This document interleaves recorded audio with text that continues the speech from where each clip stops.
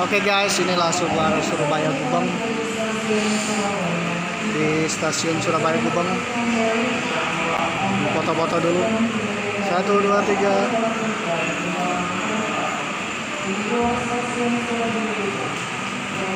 1, 2, 3. Yap, ya coba cek.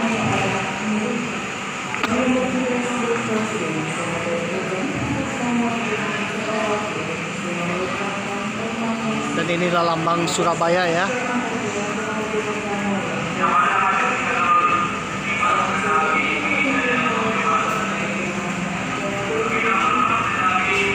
Oh, Ming, tunggu dulu di sini.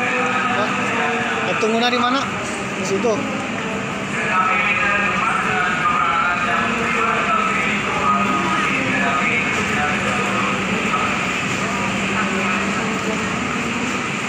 Oke.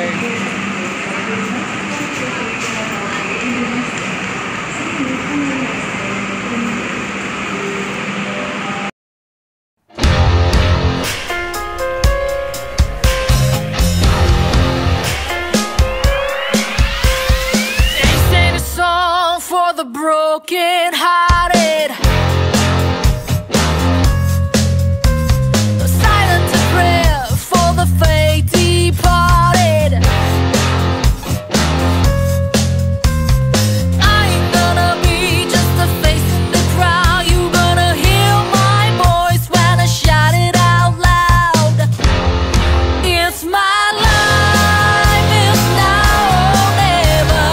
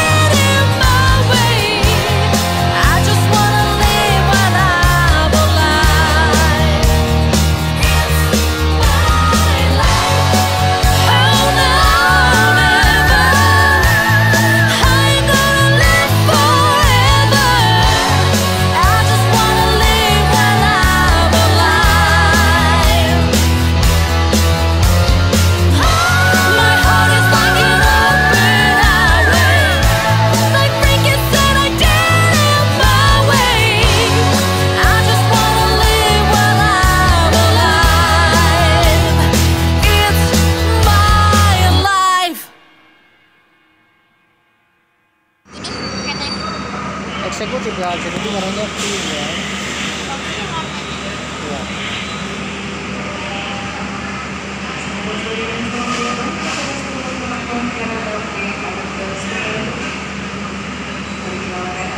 Semeru itu ke Malang, dari Jakarta Malang. Sama nanti ya kita harus putar dulu lokomotifnya.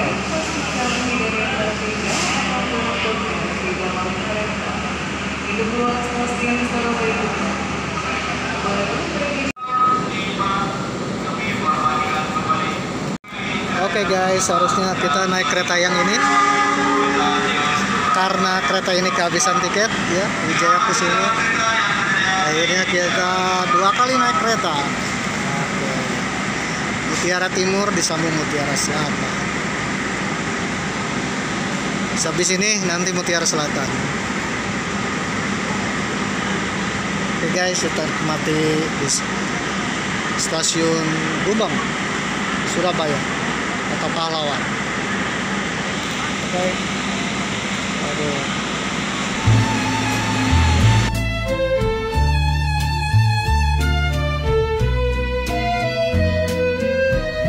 Langit jingga menyapa kota Surabaya dalam senyap senja. Langit jingga di ujung kota, kereta tua melintas perlahan. Suara klakson riuh tak tergesa, menyisakan kenangan di pelabuhan. Oh senja di Surabaya masih menyimpan cerita lama tentang cinta di bangku taman dan tawa di bawah jendela stasiun Jalan Tinjongan. Mulai weruding lampu temaram menyala. Langkahku terhenti di simpang jalan, teringat wajahmu di antara cahaya. Oh senja di Surabaya, bayangmu masih setia singgah, meski waktu tak bisa kembali, hatiku tertinggal di sana.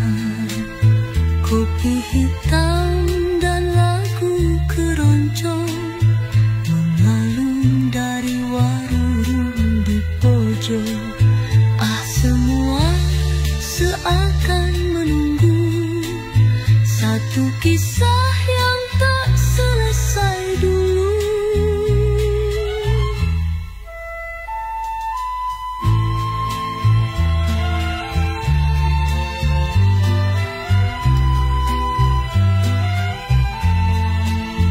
Kisah kita tak pernah sirna di setiap langkah yang ku lewati.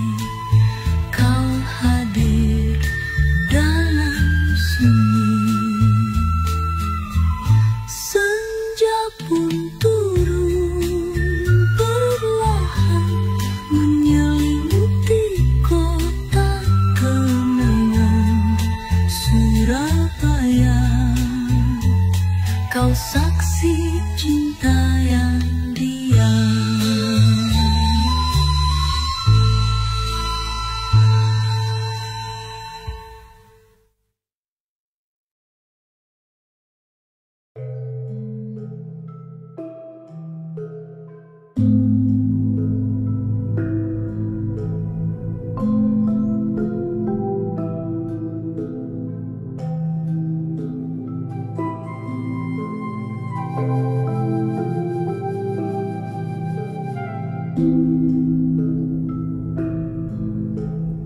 Bismillahirrahmanirrahim. Assalamualaikum warahmatullahi wabarakatuh. Om Swastiastu, Namo Buddhaya, salam kebajikan. Om Santi Santi Om, Sampurasun, Sugeng Rau, Ken Kabari. Apa kabar dulur-dulur baraya, warga negara Indonesia? Tetap semangat. Di tahun 2025 bertepatan dengan hari ulang tahun kemerdekaan Republik Indonesia yang ke-80 tahun. Waduh, jadi bangsa kita sudah 80 tahun pemirsa.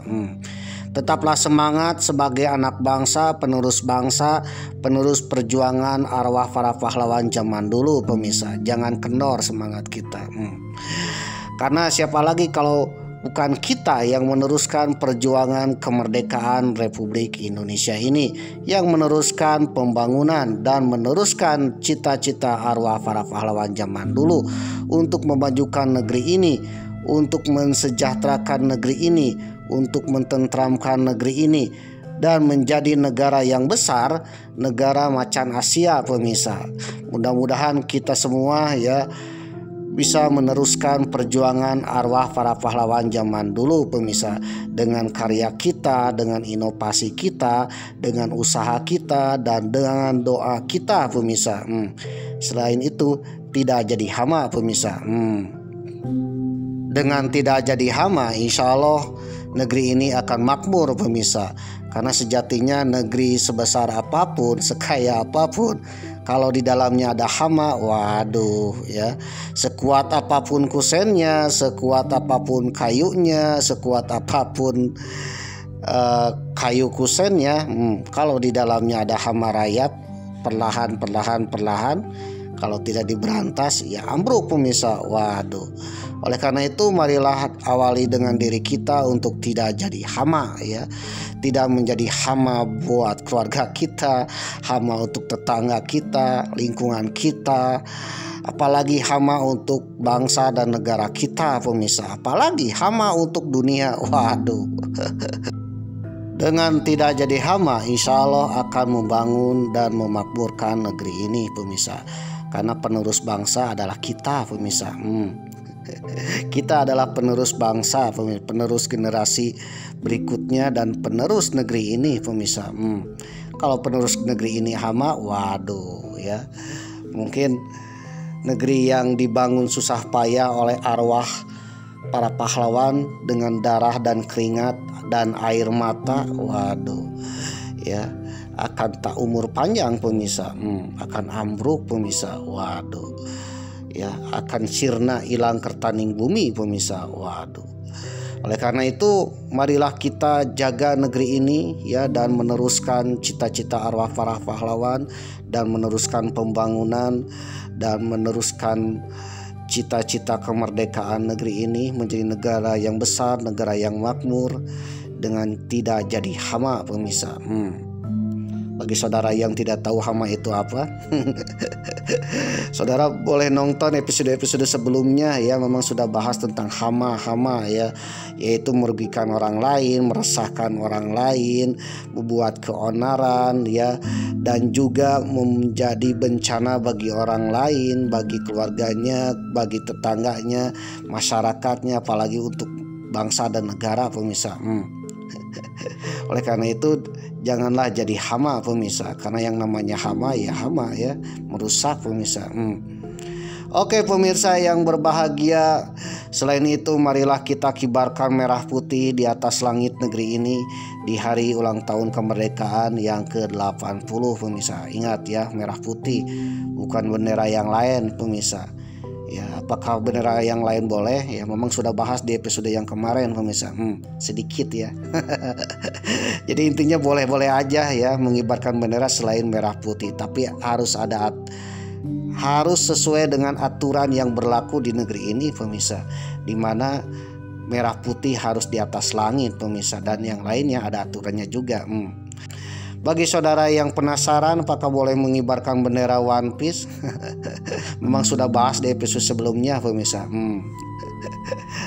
Oke pemirsa yang berbahagia ya, Biar bagaimanapun dan apapun, karena bendera merah putih bukan dibuat oleh para pejabat sekarang ya, apalagi dibuat oleh orang sembarangan, tetapi diciptakan oleh darah, keringat, dan air mata sebagai simbol perjuangan kemerdekaan Republik Indonesia. Zaman dulu itu berjuang dengan kekuatan ya, dengan usaha, dengan darah dan keringat, bahkan air mata. Dan simbolnya itu adalah merah putih pemirsa, merah putih di dadaku ya. One for all ya. Kalau Mamang sendiri ketika hari 17 Agustus 2025 ya, tidak ada bendera lain yang dikibarkan pemirsa, hanya merah putih ya, merah putih di dadaku pemirsa. Dengan mengibarkan merah putih, setidaknya kita menghormati jasa-jasa para pahlawan zaman dulu ya. Zaman dulu ketika berjuang untuk menegakkan kemerdekaan dan membebaskan negeri kita dari penjajahan asing ya, untuk mendirikan sebuah negara dan bangsa yang diimpikan oleh para pahlawan zaman dulu. Oke pemirsa yang berbahagia, di hari ulang tahun kemerdekaan Republik Indonesia yang ke-80, Mamang mengucapkan Dirgahayu Republik Indonesia. Semoga maju terus dan menjadi negara makmur, sejahtera, tentram, dan menjadi macan Asia dan juga mudah-mudahan terbebas dari hama. Amin. Merdeka.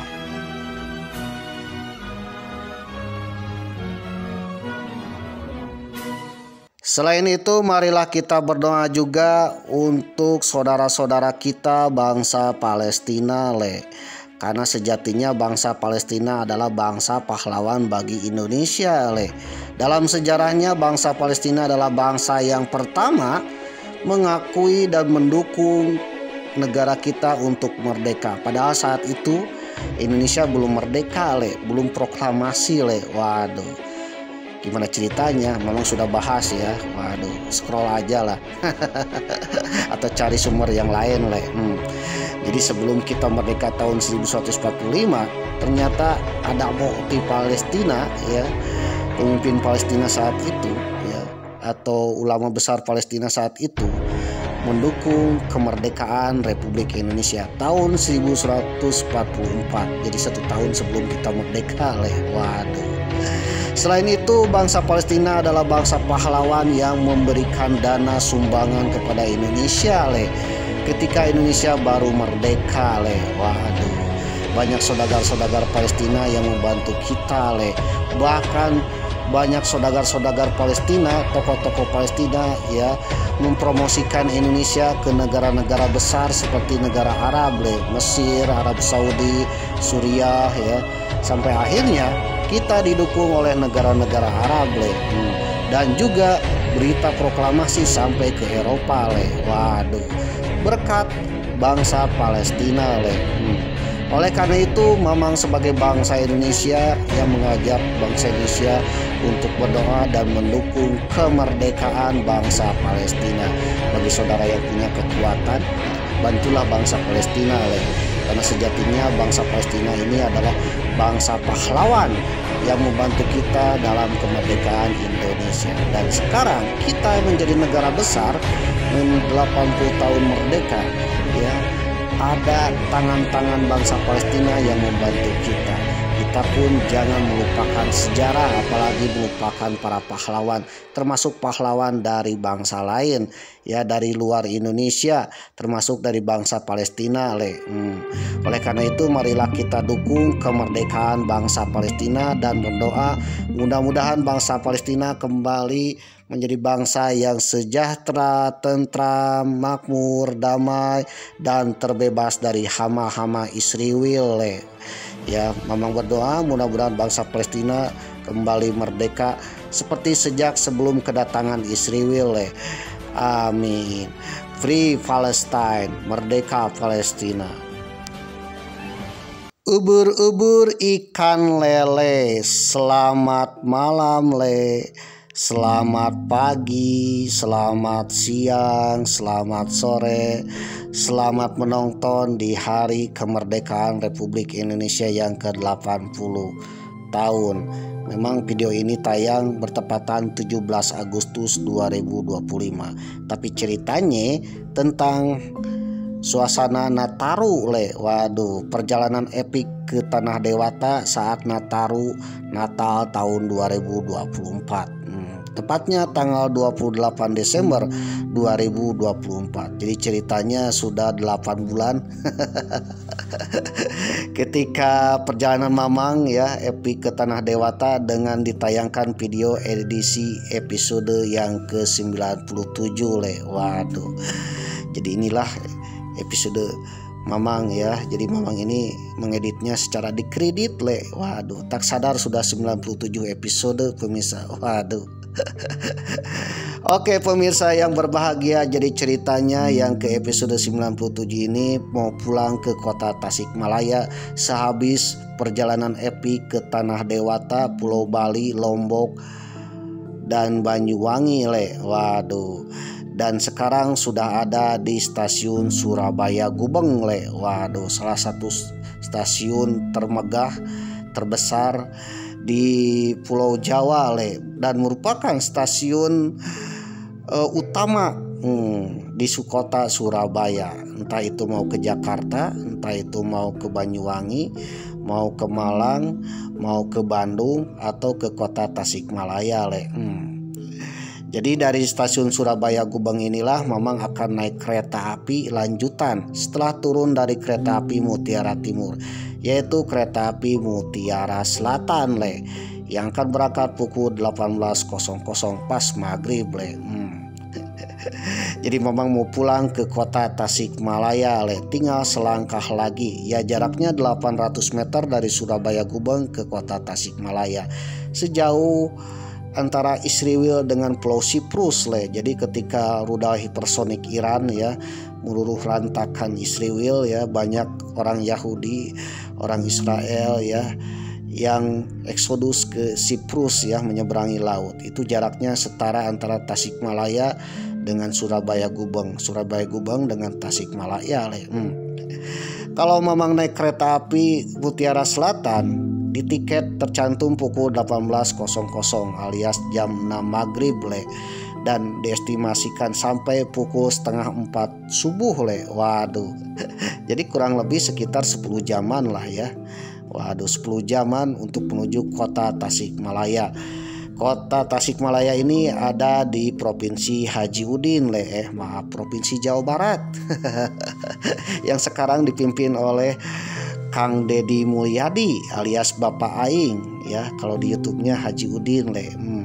Ya insya Allah sekarang Gubernur Provinsi Jawa Barat ya, tahun 2025 insya Allah nanti akan menjadi pemimpin Nusantara le. Amin. Episode ke-97 ini Mamang sudah berada di stasiun Surabaya Gubeng. Stasiun Surabaya Gubeng ini kebetulan sedang merayakan Natal le. Waduh, karena emang hari Natal ya. 3 hari setelah Natal le. Waduh, tepatnya 28 Desember 2024. Jadi suasana Natalnya terasa le. Waduh, banyak hiasan-hiasan, pernak-pernik Natal, dari pohon Natal sampai juga hiasan-hiasan Natal, termasuk juga para pekerja PT KAI-nya menggunakan pakaian ala Sinterklas le, dengan topi-topi Sinterklas. Jadi seolah-olah merasakan di Eropa le ketika Natal. Yang kurang itu cuma satu ya, tidak ada salju di sini. Seandainya ada dekorasi salju, wah ini mantap, berasa banget le. Ditambah lagi di sini ada light musiknya le. Waduh, jazz Surabaya, wah, jazz pahlawan Surabaya. Jadi para penumpangnya terasa terhibur le, berasa Natal banget le, ke ulu hati le. Waduh. Oke pemirsa yang berbahagia, episode ke-97 memang harus boarding fast ya, dan harus menunggu di peron ya. Peron ini ya dekat dengan suatu tempat ya, dekat dengan jalur kereta api le. Waduh. Akhirnya Mamang pun harus boarding pass dan menunggu di peron. Kebetulan peron di Surabaya Gubeng ini agak luas le. Waduh. Sambil menunggu kereta api Mutiara Selatan tiba ya dan akan berangkat, Mamang akan menonton terlebih dahulu kereta-kereta yang datang dan pergi dari stasiun Surabaya Gubeng ini. Kebetulan ada kereta api Argo Semeru ya. Salah satu kereta api jurusan Surabaya Jakarta lewat stasiun Surabaya Gubeng ini ya, Surabaya Gubeng Jakarta. Karena kebanyakan kalau dari Jakarta ini ke Surabaya akan berhentinya di stasiun Pasar Turi ke arah utaranya. Namun hanya Argo Semeru lah ya yang salah satu kereta api eksekutif cepat yang berhenti di stasiun Surabaya Gubeng jurusan Jakarta Waduh.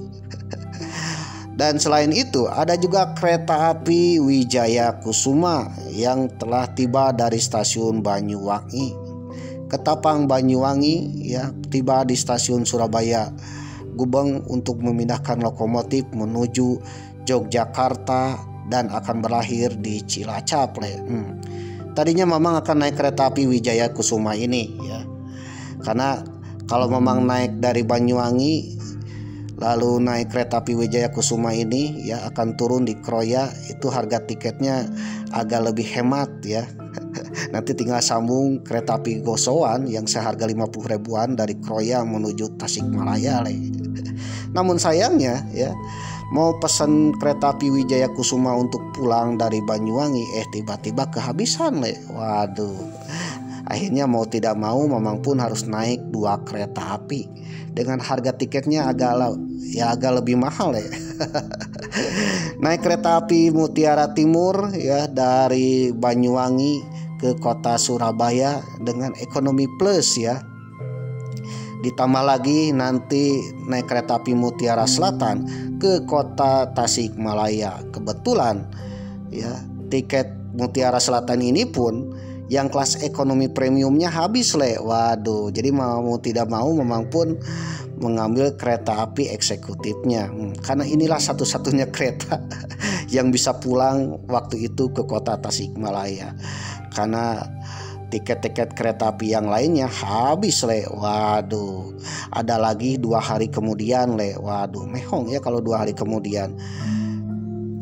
Itu pun dipesannya di atas kapal feri ketika menyeberang dari Gilimanuk ke Ketapang, dari Bali ke Banyuwangi Waduh, di tengah Selat Bali jam 2 malam lewat KAI Akses Waduh. Mamang langsung memesan 2 kereta api Mutiara Timur dengan Mutiara Selatan. Tadinya mau pesan kereta api Wijaya Kusuma habis Cari kereta yang agak murah habis Ada kereta api Mutiara Timur. Yang penting ke Surabaya dulu. Nah, setelah memesan kereta api Mutiara Timur, lanjut mencari kereta api menuju arah Tasikmalaya hanya tersedia kereta api Mutiara Selatan, itu pun eksekutif Jadi akhirnya Mamang pun memesan kereta api eksekutif. Ternyata naik kereta api eksekutif ya lebih menyenangkan Kali-kali lah ya. Mau eksekutif kayak mau apa, yang penting bisa pulang ke kota Tasikmalaya. Karena kalau seandainya tidak ada kereta api Mutiara Selatan ya kehabisan tiketnya, mungkin Mamang akan menggunakan bis Waduh. Kalau menggunakan bis dari Surabaya itu mungkin pertama kalinya Waduh. Oleh karena itu alhamdulillah ada tiketnya ya dengan kereta api Mutiara Selatan eksekutif. Ya nggak mahal-mahal amat lah, beda dikit dengan kereta api premiumnya Wah, beda dikit ya. Dan ternyata sangat menyenangkan sekali ya kalau naik kereta api jarak jauh dengan eksekutif. Salah satu kenyamanannya, kalau Mamang tahu Mamang ya ada selimutnya ketika malam Waduh. Oke pemirsa yang berbahagia ya, kereta api Mutiara Selatan akan berangkat pukul 18.00 waktu Indonesia Barat, pukul 6 sore Dan sekarang episode ke-97 menceritakan menunggu kereta api Mutiara Selatan tiba. Waduh, sambil menonton hilir mudiknya kereta api yang masuk dan keluar dari stasiun Surabaya Gubeng karena ternyata menonton kereta api keluar masuknya stasiun, ya, naik turunnya penumpang, ya, berbagai kereta api yang datang dan keluar dari stasiun Surabaya Gubeng, bagi Railfan itu sangat menyenangkan, le. Waduh. Sambil ngopi sambil ngeplog, le. Waduh. Sambil menunggu kereta api yang akan berangkat ke kota Tasikmalaya, le. Oke pemirsa yang berbahagia, ya, sambil menikmati suasana di stasiun Surabaya Gubeng sambil menunggu kedatangan kereta api Mutiara Selatan, ya, Mamang akan sedikit cerita tentang seorang artis dunia yang datang ke Surabaya, le. Waduh. Dan artis dunia ini disambut meriah oleh penduduk Surabaya, le, dan juga penduduk Indonesia. Artis ini datang ketika kita sedang dijajah Belanda atau pada masa Hindia Belanda. Dan artis ini kemanapun dia pergi, kemanapun dia singgah, ya, pasti akan diburu oleh penggemarnya. Dan itu penggemarnya banyak, le. Waduh. Kira-kira siapa tuh? Artis ini adalah artis komedi, ya, dengan bertopinya unik, ya, jalannya unik, pakai tongkat dan juga kumisnya kotak, le. Dan pemeran komedi film Biksu, le. Waduh, film tanpa suara, ya. Karena memang zaman dulu film-filmnya tanpa suara, le. Waduh. Tapi meskipun tanpa suara menjadi legenda sampai hari ini, le. Waduh. Saudara penasaran siapakah beliau? Kalau saudara penasaran, ya, dengan artis yang datang ke kota Surabaya, tepatnya stasiun Surabaya Gubeng, di mana para pendukungnya mengumpul penuh di Surabaya Gubeng, le. Waduh. Saudara jangan skip, ya, siapa tahu bermanfaat, ya. Tapi bagi saudara yang tidak penasaran atau mungkin sudah tahu ceritanya, ya skip aja. Karena kuota internet saudara tak tercover dana hibah, ya, tak tercover BPJS. Waduh. Oleh karena itu bagi saudara yang tidak menarik, ya, dengan cerita Mamang, skip aja. Yang penting jangan bikin keonaran, ya. Jangan bikin seperti Mossad adu domba. Waduh. Oleh karena itu bagi saudara yang tidak tertarik, skip aja. Namun bagi saudara yang menonton sampai tamat episode ke-97, Mamang akan berdoa kepada Tuhan Yang Maha Esa, mudah-mudahan saudara dimudahkan rezekinya, dan mudah-mudahan saja saudara atau mungkin nanti anak cucu cicit saudara menjadi orang terkaya, termakmur, tersukses di negeri ini, bahkan melebihi bos pagar laut, melebihi 9 naga. Waduh. Dan mudah-mudahan saja salah satu keturunan saudara ada yang menjadi pemimpin di Nusantara ini. Mamang hanya berdoa, ya, mudah-mudahan saja doa Mamang dikabulkan. Amin. Oke pemirsa yang berbahagia, kota Surabaya dan juga Hindia Belanda saat itu, atau kita kenal dengan Indonesia ketika dijajah oleh Belanda, pernah kedatangan seorang artis terkenal dari Hollywood, pemirsa. Waduh, artis film Biksu yang bikin kita ketawa, pemirsa. Waduh, komedi pertama di dunia yang bikin mendunia. Bahkan kumisnya itu unik loh, le. Waduh, kotak, le. Bahkan dengan kumis kotak inilah nanti ada tokoh yang lain yang menguasai dunia, le, yang bernama Adolf Hitler. Nah, kira-kira siapakah artis komedi? Ya, tak lain adalah Charlie Chaplin, pemirsa. Siapa di antara saudara yang belum mengenal Charlie Chaplin? Waduh, kalau belum mengenal ya searching aja di Google, atau tanya ke AI, ya. Dilansir dari Historia.id dengan judul artikel kunjungan Charlie Chaplin ke Indonesia. Waduh, ternyata Charlie Chaplin pernah datang ke Indonesia, le. Waduh, ke beberapa tempat, ya.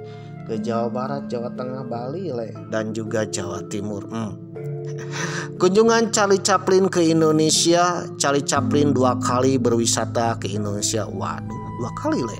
Di salah satu kunjungannya, bintang layar perak itu mendapatkan hadiah toke tembaga. Waduh, toke tembaga. Historia.id ditulis oleh Amanda Rahmadita, edisi 16 April 2025. Kemarin, ya. Pada tanggal 30 Maret 1932, ratusan orang berdatangan ke pelabuhan Tanjung Priuk di Batavia, bukan untuk bongkar muat atau berlayar ke suatu tempat, melainkan menyambut bintang layar perak yang tengah populer seantero dunia, yakni Charlie Chaplin. Kabar akan kedatangan pelawak yang juga aktor dan sutradara terkenal Hollywood itu, ya inilah hebatnya Charlie Chaplin ya. Charlie Chaplin ini pelawak sekaligus aktor ya, sekaligus bintangnya dan sekaligus sutradaranya, sekaligus konten kreatornya mungkin ya, seperti Mamang ya, Mamang Segarupa ya, konten kreator, pengisi suara, editor, bahkan ditontonnya oleh Mamang sendiri. Maaf. Nah, aktor tersebut telah disiarkan oleh berbagai koran di Hindia Belanda akan datang ke Hindia Belanda, pemirsa.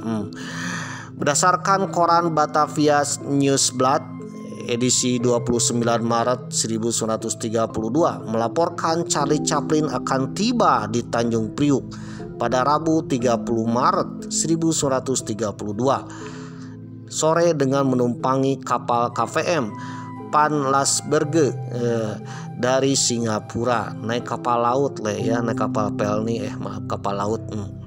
Keesokan harinya orang-orang berbondong-bondong mendatangi pelabuhan Tanjung Priuk untuk menyambut sang bintang yang identik dengan kumis hitam, topi blower dan tongkat. Kumisnya persegi pemirsa.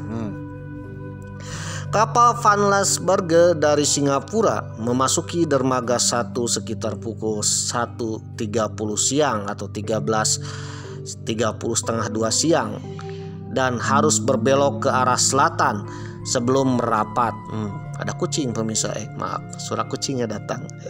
Orang-orang terlihat mengintip dari dek kecil di atas kapal, tetapi tidak satupun dari dua orang yang tampak mengenakan penutup kepala yang terlihat seperti Charlie. Waduh, jadi orang-orang sudah berkumpul ketika kapalnya datang. Ya, akhirnya ada penumpang yang turun, tetapi penumpang itu bukan Charlie pemirsa. Di manakah Charlie? Waduh, ada penumpang lagi yang turun, bukan Charlie. Di lain tempat di atas kapal, Tuan Swemmeler dari film Land dan Henrik Alsem, seorang proyeksionis, menyambut Charlie Chaplin dengan memberikan karangan bunga atas nama Asosiasi Pengimpor Film. Orang-orang ini telah lebih dahulu menghampiri kapal yang dinaiki Charlie. Jadi petinggi-petinggi ini sudah masuk duluan ke kapal tersebut sebelum kapalnya berlabuh pemirsa. Di mana sang aktor menemui mereka di ruang tunggu ya. Menurut laporan koran Batavia Nieuwsblad edisi 31 Maret 1932. Seiring semakin teriknya sinar matahari, orang-orang terus mengarahkan pandangannya ke laut lepas untuk mencari Charlie Chaplin di atas kapal. Mereka bersorak ketika tubuh pria kelahiran London 16 April 1889 itu muncul di dek kapal pemirsa. Waduh, ketika kapal bersandar dan akses ke kapal dibuka, mereka berebut naik ke kapal. Waduh. Ternyata di Hindia Belanda atau Indonesia banyak sekali penggemar Charlie Chaplin. Jangankan orang keturunan Belanda atau orang Belanda pemirsa atau orang Eropa, ternyata orang pribumi pun ya banyak mengidolakan Charlie Chaplin. Karena memang saat itu film-film bioskop sudah ada pemirsa ya, sudah menjamur. Yang ditontonnya bukan orang Belanda saja, orang pribumi pun bisa menonton film pemirsa. Dan ternyata orang pribumi Indonesia ya itu menggemari film Charlie Chaplin. Karena kita tahu film Charlie Chaplin ini kebanyakan film bisu pemirsa ya, tanpa suara. Membisu pemirsa, silent, nggak tahu nih suaranya ya. Jadi hanya suara musik saja ya dubbingnya, sisanya tidak ada tanpa suara pemirsa. Tapi meskipun tanpa suara, ini filmnya seru sekali dan sangat menarik dan menjadi legendaris pemirsa. Lebih lucu ya, lebih menarik daripada zaman sekarang. Terus terang aja nih. Jadi ketika kapalnya sampai, ketika Charlie-nya ada di dek ya mensoraki, akhirnya banyak penggemar yang naik ke kapal pemirsa. Waduh, ingin bersalaman ya, ingin bertemu dengan Charlie ataupun ingin memeluk ya Charlie. Waduh. Tak hanya penggemar yang saling beradu untuk menyapa dan menyalami sang bintang, ternyata juga para jurnalis alias wartawan juga sibuk mengabadikan momen kedatangan pesohor Hollywood tersebut dan mewawancarainya. Salah satu pertanyaan yang diajukan berkaitan dengan tujuannya melakukan kunjungan ke Hindia Belanda. Ya, para wartawan ini sibuk ingin mencari tahu ya, ingin mencari informasi dari ucapan Charlie pemirsa, sekaligus foto-foto pemirsa, karena zaman itu sudah ada fotonya juga pemirsa. Waduh. Ya, salah satu pertanyaan yang diincar oleh para jurnalis adalah mengapa Charlie ingin berkunjung ke Hindia Belanda. Salah satu negeri yang mungkin ya terdengar aneh ya, atau terdengar jarang-jarang, dan mungkin satu-satunya artis Hollywood yang datang ke Hindia Belanda pemirsa. Atau kita kenal Indonesia. Charlie mengatakan bahwa sejauh waktu memungkinkan dia ingin melihat Hindia Belanda dari sudut pandang yang berbeda. Dia ingin melakukan perjalanan ke Jawa dengan mobil dan kereta api, tetapi mungkin akan kembali dengan pesawat. Dia akan kembali dengan pesawat dari Surabaya ke Batavia, dan dengan demikian dapat melihat Hindia Belanda dari udara. Berdasarkan tulisan The Indische Courant ya, 1 April 1932, dan itulah ucapan Charlie. Wartawan dari The Indische Courant ini mencatat ya ucapan Charlie ketika diwawancarai mengapa Charlie hendak datang ke Hindia Belanda. Meski begitu, tak sedikit pula yang kecewa. Waduh, sebab alih-alih berpenampilan seperti di film-filmnya, Charlie Chaplin justru tampil tanpa kumis. Waduh, dan mengenakan pakaian yang sederhana, hanya jas buka Hindia dan kemeja flanel serta celana panjang. Oleh karena itu, bagi mereka yang mengenal sang aktor dari layar perak, penampilan ini terlihat berbeda dari ciri khasnya ketika tampil sebagai penghibur. Batavia bukan satu-satunya tempat yang dikunjungi Charlie Chaplin. Pelesiran bersama saudara laki-lakinya yang juga manajernya yang bernama Sid. Sid ini adalah adik kandungnya Charlie Chaplin, serta seorang pelayan Jepang itu akan berlangsung selama beberapa hari hingga pertengahan April dengan mengunjungi beberapa kota di Pulau Jawa dan Bali. Di Batavia atau kita kenal Jakarta sekarang, rombongan Charlie Chaplin beristirahat sejenak di Java Hotel Rijswijk yang kini Jalan Veteran. Selama waktunya yang singkat di ibu kota Hindia Belanda, Charlie berkendara menyusuri kawasan Westervreden alias kita kenal dengan Gambir sekarang ya, Monas ya, dan mengunjungi Pasar Senen, kemudian ke Master Cornelis yang kini dikenal dengan Jatinegara, lalu berkendara ke arah Buitenzorg atau dikenal dengan Bogor pemirsa. Dilansir dari surat kabar The Locomotive edisi 1 April 1932 memberitakan Charlie Chaplin cukup terkejut ketika melihat desain kamar hotel dengan tempat tidur kelambu besar dan istri Belanda. Kira-kira siapa istri Belanda? Karena kebiasaan orang-orang Belanda dan juga orang pribumi kemudian hari ya, tidur bersama istri Belanda pemirsa ya. Meskipun tak punya istri tapi bisa meluk istri Belanda. Ayo tebak istri Belanda itu apa ya? Ya, tak lain adalah guling pemirsa. Hanya di Indonesia atau Hindia Belanda ya, hanya ada guling di tempat tidur pemirsa. Kalau di daerah lain atau negara lain hanya ada bantal dan kasur saja. Khusus di Indonesia dan Hindia Belanda ada guling atau dikenal dengan istri Belanda ya. Memang insya Allah akan bahas tentang istri Belanda pemirsa.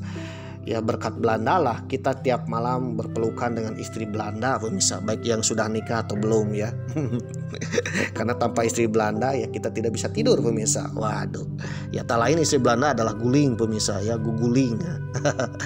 Guling yang ketenarannya sudah tidak asing lagi baginya. Waduh, dan disinilah Charlie sangat menyenangi pemirsa. Hanya di Indonesia lah atau di Hindia Belanda, yang saat itu namanya Hindia Belanda ya, ada istri Belanda pemirsa alias Guling. Selain Guling, sang aktor pun tertarik dengan kelambu yang menghiasi ranjang dan ingin menghabiskan waktu di tempat tidur. Waduh, kelambu dan guling adalah ciri khas tempat tidur di Hindia Belanda atau kita kenal Indonesia pemirsa. Ya memang kalau di Indonesia ini banyak nyamuk pemirsa ya. Nah, orang zaman dulu untuk mencegah nyamuk ya ada kelambunya ya. Jadi nyamuknya tidak bisa menggigit pemirsa. Waduh. Jadi ketika tidur kelambunya ditutup pemirsa. Jadi itulah salah satu cara untuk mencegah kita dari gigitan nyamuk. Waduh. Dan ada gulingnya alias istri Belandanya ya untuk memeluk, aduh, supaya tidurnya nyenyak. Dan itu yang paling disukai oleh Charlie pemirsa. Bahkan Charlie menghabiskan waktunya di tempat tidur sangat lama pemirsa. Waduh, bahkan tidurnya nyenyak. Karena dia merasakan seperti kembali menjadi bayi lagi. Waduh, hal ini berdasarkan catatan koran The Locomotive, yang dimana koran ini ya jurnalisnya mewawancari Charlie pemirsa. Waduh, Charlie Chaplin dan rombongannya melanjutkan perjalanan ke Jawa Barat. Ia sempat singgah di Bandung dan Garut. Menurut koran The Locomotive, rombongan tiba di Bandung ketika hari sudah gelap. Mereka singgah di Hotel Frianger untuk makan malam. Serta pukul 11 malam mereka melanjutkan perjalanan ke Garut. Esok hari Kamis 31 Maret 1932, rombongan Charlie pergi menuju Yogyakarta. Di tengah perjalanan ia akan mengunjungi Candi Borobudur, salah satu candi terbesar di Indonesia pemirsa. Setelahnya ia akan melanjutkan lawatannya ke Surabaya. Koresponden kami melaporkan lebih lanjut bahwa sekitar pukul 9 pagi Jumat 1 April 1932, Tuan Chaplin ditemani oleh saudara laki-lakinya, seorang pemandu dari Mixel Tourist Office dan pelayan Jepangnya, meninggalkan Grand Hotel Jogja untuk melakukan kunjungan singkat ke Borobudur dan menaiki candi tersebut. Ditulis oleh koran The Locomotive edisi 1 April 1932. Kabar rencana kunjungan Charlie Chaplin ke Surabaya menarik perhatian publik. Para penggemar berdatangan ke stasiun Surabaya Gubeng karena mendapat informasi Charlie Chaplin akan menggunakan kereta api. Waduh. Akhirnya banyak sekali para penggemar Charlie Chaplin yang berkumpul di stasiun Surabaya Gubeng. Karena memang saat itu Surabaya Gubeng tak sebesar sekarang pemirsa. Waduh, ribuan penggemar Chaplin itu berdatangan ke stasiun Surabaya Gubeng pemirsa. Penuh sekali menunggu kereta api yang membawa Charlie Chaplin ke Surabaya pemirsa. Mereka menunggu berjam-jam pemirsa. Waduh, namun tak kunjung tiba pemirsa. Waduh, para pengunjung yang setia menunggu berjam-jam menunggu kedatangan kereta api. Ketika kereta api datang rasa bunga bahagia para penggemarnya bersorak. Ternyata ketika kereta apinya berhenti, bukan kereta api yang ditumpangi oleh Charlie pemirsa. Waduh, ini kereta api yang datang dari Banyuwangi pemirsa. Maaf. Akhirnya banyak penggemar yang resah pemirsa. Waduh, kemana nih Charlie? Waduh, jangan-jangan di PHP ya. Kemana cintaku. Waduh. Menunggu detik demi detik, menit demi menit sampai-sampai ini suasana stasiun Surabaya Gubengnya mirip-mirip dengan Lebaran pemirsa mirip-mirip dengan mudik lebaran. Waduh, penuh sekali karena memang saat itu penggemar Charlie ini benar-benar bikin heboh senusantara pemirsa. Heboh se-Hindia Belanda atau Indonesia pemirsa. Waduh, kabar kedatangan Charlie Chaplin ke Batavia saja ini sudah terdengar ya ke penjuru Hindia Belanda, termasuk ke kota Surabaya pemirsa. Apalagi ada kabar bahwa Charlie Chaplin akan datang ke Surabaya. Waduh, penggemarnya langsung menyerbu stasiun Surabaya Gubeng karena katanya akan naik kereta api dari Yogyakarta ke Surabaya pemirsa, yang pasti akan turun di Surabaya Gubeng pemirsa. Namun berjam-jam mereka menunggu, Charlie tak kunjung terlihat. Waduh, akhirnya mereka pergi ke Hotel Orange atau Oranye ya. Hotel Oranye ini sekarang menjadi Hotel Majapahit pemirsa. Di Hotel Oranye ini ya, nanti ketika pertempuran Surabaya di mana para pejuangnya merobek bendera Belanda pemirsa, di mana yang dirobeknya adalah warna birunya dan dikibarkan lagi menjadi warna merah putih di Hotel Oranye yang kelak menjadi Hotel Yamato ketika zaman Jepang dan menjadi Hotel Majapahit ketika Indonesia merdeka pemirsa. Karena di stasiun Surabaya Gubeng ditunggu-tunggu sudah tidak ada penampakan Charlie ya. Ketika kereta datang, bukan kereta yang tumpangi Charlie, ada kabar burung bahwa Charlie datang melalui moda transportasi lain dan hendak pergi ke Hotel Oranye. Oleh karena itu para penggemarnya langsung berhamburan keluar stasiun Surabaya Gubeng dan pergi ke Hotel Oranye pemirsa, dan berkumpul di Hotel Oranye.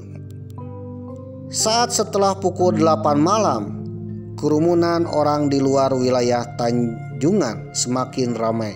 Mereka kemudian mendengar kabar ada sebuah mobil yang masuk ke halaman hotel, di mana mobil tersebut ternyata ditumpangi oleh Charlie pemirsa dan krunya. Ternyata ya, dari Yogyakarta ke Surabaya tidak naik kereta api pemirsa, tetapi naik kendaraan mobil pemirsa. Bahkan ketika sebuah mobil yang masuk ke Hotel Oranye ini, warga Tanjungan itu mengejar pemirsa, dan setelah diamati ternyata di dalamnya ada Charlie. Oleh karena itu warga pun ya mengejar mobil yang ditumpangi Charlie. Namun sayangnya mobil tersebut sudah masuk ke hotel. Waduh. Di dalam mobil itu Charlie duduk bersama saudaranya Sid. Bunga-bunga diberikan kepada Charlie dan ia berbicara ke kiri dan ke kanan, dan tangan-tangan yang berupaya menjabatnya dan salah satunya mendorong sang aktor ke mikrofon, seolah-olah dalam sebuah manuver yang terorganisir dengan baik hanya untuk berbicara kepada para audien yang tak terlihat di Surabaya dengan segera. Tulis koran Surabaya's Handelsblad ya, edisi 2 April 1932. Charlie dan Sid bermalam di Hotel Oranye pada Sabtu 2 April 1932. Pagi, keduanya berbincang dengan awak media dan kembali menegaskan tujuan mereka berkunjung ke Hindia Belanda. Charlie Chaplin meyakinkan kami bahwa ia melakukan perjalanan ini semata-mata untuk bersenang-senang pemirsa, tanpa motif bisnis. Ia memang membuat banyak film selama perjalanannya, tetapi hanya sebagai turis ketika datang ke Hindia Belanda. Bali adalah tujuan sebenarnya. Dari kunjungannya ke Hindia, ia berharap kembali ke sini pada 11 April dan kemudian langsung menuju Batavia untuk melanjutkan perjalanan ke Singapura, lalu ke Jepang sebagai akhir dari perjalanan dan juga liburan Charlie Chaplin. Ia akan pergi selama 14 bulan yang sebagian besar dihabiskannya di Eropa. Pada siang hari, Chaplin bersama saudaranya menumpang Rokusen untuk pergi menuju Bali. Rokusen ini sebuah kapal ya dari Surabaya ke Bali. Tulis dalam koran Surabaya's Handelsblad. Charlie sudah pernah mendengar tentang Bali dan pesonanya yang memukau. Namun ketika melihat langsung panorama alam dan keramahan orang-orangnya, ia benar-benar terpesona pemirsa, terpesona. Aku terpesona. Baginya, seni Bali merupakan sebuah anugerah. Hampir tidak ada hari yang berlalu tanpa dia mendapatkan pertunjukan tari dan musik yang istimewa. Kesenangan artistik ini membuatnya memutuskan untuk berkeliling Bali. Dalam surat kabar The Courier edisi 18 April 1132 disebutkan selama berkunjung ke Bali, Charlie mengunjungi pelukis Walter Spies di Ubud, di mana Charlie membeli sebuah lukisan dari sang seniman. Nah, kebetulan seniman ini ya pencipta tari kecak pemirsa. Memang sudah bahas ya di episode yang ke-17. Mereka melakukan tur di Bali Selatan ditemani oleh Spies dan menghadiri perayaan di pura dan menyaksikan berbagai tarian Bali. Setelah beberapa hari berkunjung ke Bali, Charlie kembali ke Surabaya dengan menumpang kapal SS Panderwich dari Buleleng pada Sabtu 16 April 1932 dan hari ini dengan menaiki pesawat KNILM dari Surabaya ke Batavia. Dari Cililitan mereka akan melakukan perjalanan dengan mobil langsung ke Tanjung Priuk untuk menaiki Panlasberger ke Singapura. Dari Singapura mereka akan berangkat dengan kapal Jepang ke Jepang. Tulis The Courier, sebuah koran ya, The Courier. Edisi 16 April 1932. Jadi ceritanya Charlie ini keliling-keliling ya Jawa, Bali dengan kereta api, mobil, pesawat dan kapal pemirsa. Kapal laut ya. Yang menjadi pertanyaan, kenapa tidak naik pesawat saja ya ke Singapura, tapi naik kapal laut pemirsa. Jadi 2 kali ke Surabaya ya, bertemu ke Surabaya, dari Surabaya ke Bali naik kapal laut ya. Lalu pulang dari Bali naik kapal laut ke Surabaya, dari Surabaya naik pesawat ke Batavia, dari Batavia atau kita kenal Jakarta naik kapal laut ke Singapura, lalu naik kapal laut ke Jepang. Jadi pada masa itu naik kapal laut ya ternyata lebih mewah, lebih keren pemirsa, karena memang pesawat zaman dulu berbeda dengan pesawat zaman sekarang ya. Pesawat zaman dulu jaraknya tak jauh-jauh pemirsa. Dan juga fasilitasnya tak selengkap, tak seindah, tak semewah sekarang. Jadi kebanyakan orang-orang tinggi, orang-orang berkepentingan termasuk artis Hollywood itu berpergian dengan kapal laut pemirsa. Karena di kapal laut ada kelas-kelasnya seperti hotel yang berjalan di atas laut pemirsa. Di tengah perjalanan kembali ke Batavia, Charlie Chaplin dan rombongan sempat singgah di Bandara Semarang di Simongan. Meski bukan kunjungan resmi, pihak berwenang setempat dan masyarakat mulai berdatangan ke area bandara. Jadi ceritanya pesawat dari Surabaya ke Jakarta ini ya berhenti dulu di Semarang untuk mengisi BBM pemirsa. Ternyata ketika mendarat di Semarang ya, di mana Charlie tidak turun ke bandara, dikumpul ya banyak penggemar yang tak tahu dari mana ya tiba-tiba berkumpul di bandara pemirsa. Waduh, mengelilingi pesawat. Karena memang bandara zaman dulu mirip-mirip lapangan terbang pemirsa, lapangan sepak bola. Beda dengan zaman sekarang, bandara itu steril pemirsa. Akhirnya mau tidak mau ya Charlie pun keluar dari pesawat, lalu memberikan sambutan hangat kepada penggemarnya. Waduh, sambutan hangat itu salah satunya dari pemilik bioskop tertua di kota Semarang yang memberikan buah tangan berupa toke tembaga yang dapat digunakan Charlie sebagai pemberat kertas di meja kerjanya di Los Angeles. Selain itu Charlie pun ya menyapa penggemar-penggemar yang lainnya yang berada di bandara tersebut pemirsa. Itu adalah ide yang sangat bagus dari Tuan Eiffel. Tuan Eiffel ini yang memberikan toke tembaga pemirsa. Demikian nama pemilik bioskop yang terkenal di daerah itu alias Semarang. Dan tidak diragukan lagi, Chaplin akan menghargai keramahan seperti ini. Ditulis dalam koran The Indice Koran 22 April 1932. Kenapa sumbernya koran? Ya memang ya, yang namanya artis zaman dulu setiap berkunjung ke tempat sesuatu pasti diakhiri dengan telekonferensi pemirsa. Waduh, diakhiri dengan wawancara pemirsa. Wawancara dengan jurnalis pemirsa.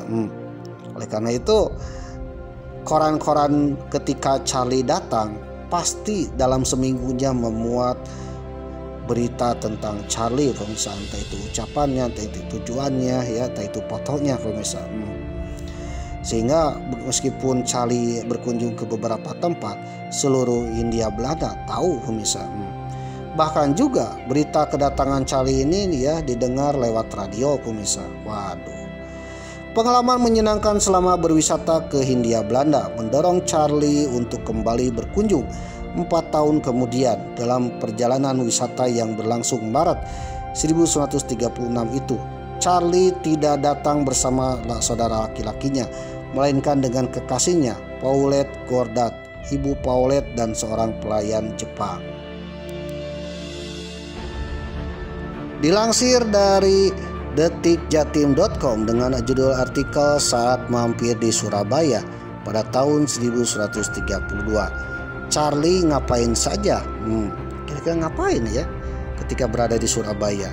Ditulis oleh Amir Baihaqi, edisi 19 Januari 2022. Kunjungan Charlie ke Hindia Belanda saat itu menjadi berita yang menghebohkan. Sejumlah surat kabar seperti The Indische Koran dan Sumatra Post memberitakan secara eksklusif. Pegiat sejarah Surabaya Kuncarsono Prasetya menjelaskan, Charlie datang ke Hindia Belanda salah satunya ingin berwisata di dunia belahan timur.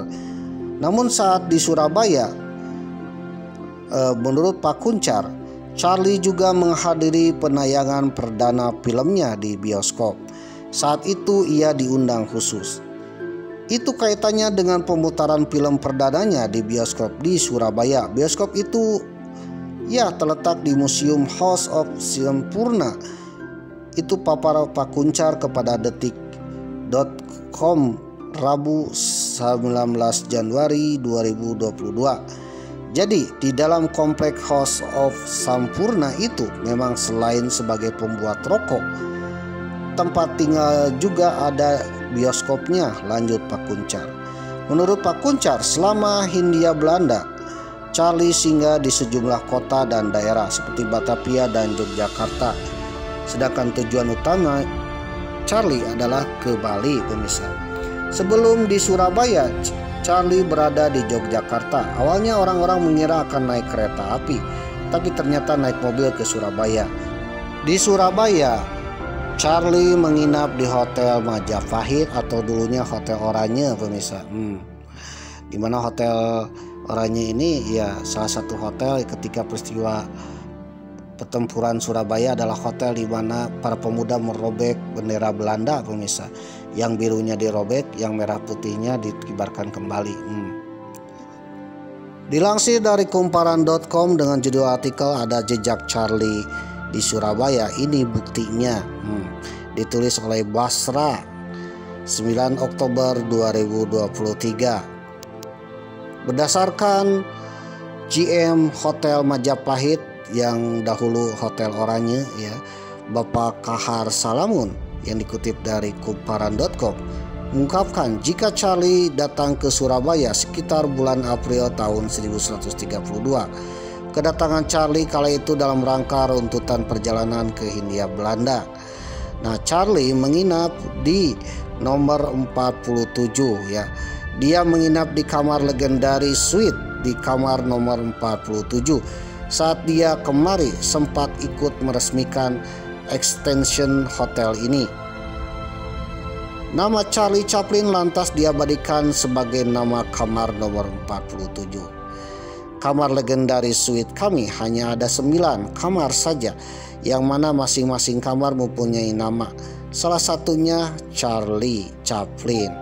Nah, Charlie Chaplin ini ada di kamar nomor 47 Hotel Majapahit, yang dulu hotelnya Hotel Oranye pemirsa. Dan di hotel ini juga ya pada perang Surabaya ya, ada para pemuda yang merobek bendera biru pemirsa, bendera Belanda, dan mengibarkan bendera merah putih. Kehadiran Bang Charlie diabadikan dalam sebuah foto yang kini dipajang di Balai Adika Hotel Majapahit. Kehadiran Charlie di Surabaya kala itu juga diperkirakan untuk menghadiri perilisan film pertamanya, yaitu City of Lights, di sebuah bioskop yang kini menjadi museum House of Sampurna. Bermalam dan singgah di Hotel Oranye. Lanjut Tenny, pihak hotel waktu itu tidak mengetahui persis apa aktivitas Charlie selama di Surabaya, sebab di Surabaya Charlie hanya transit sebentar sebelum melanjutkan perjalanannya ke Bali. Di Surabaya sendiri aktivitas yang diketahui tidak ada yang spesifik, karena Charlie sendiri pada dasarnya bepergian keliling dunia, hanya ingin mengetahui kehidupan sosial dari masing-masing orang di setiap tempat. Jelasnya ada kemungkinan Charlie datang ke Surabaya ya, ketika berada di Hotel Orange aktivitasnya adalah tidur pemirsa. Tidur sambil memeluk istri Belanda pemirsa, dan dikurung di kelambu. Jadi kesimpulannya, Charlie ini datang ke Hindia Belanda tahun 1932 dan nanti datang lagi ke Hindia Belanda tahun 1936. Jadi kesimpulannya 2 kali datang ke Hindia Belanda pemirsa. Pada saat datang Hindia Belanda yang kedua kalinya, Charlie ditemani oleh ibunya pemirsa. Namun yang kedua kali inilah Charlie tidak berkunjung ke Surabaya pemirsa, tapi berkunjung ke kota-kota lain seperti Banjarmasin, Palembang pemirsa. Jadi inilah Charlie Chaplin pemirsa, salah satu artis legendaris dari Hollywood yang pernah datang ke Hindia Belanda, ke Indonesia, ke beberapa kota di Indonesia termasuk Surabaya. Jadi Charlie Chaplin ini tak lain dari artis One for All pemirsa. One for All-nya tahun 1930-an pemirsa. Waduh. Ya, One for All untuk semua ya. Satu Charlie untuk seluruh umat pemirsa.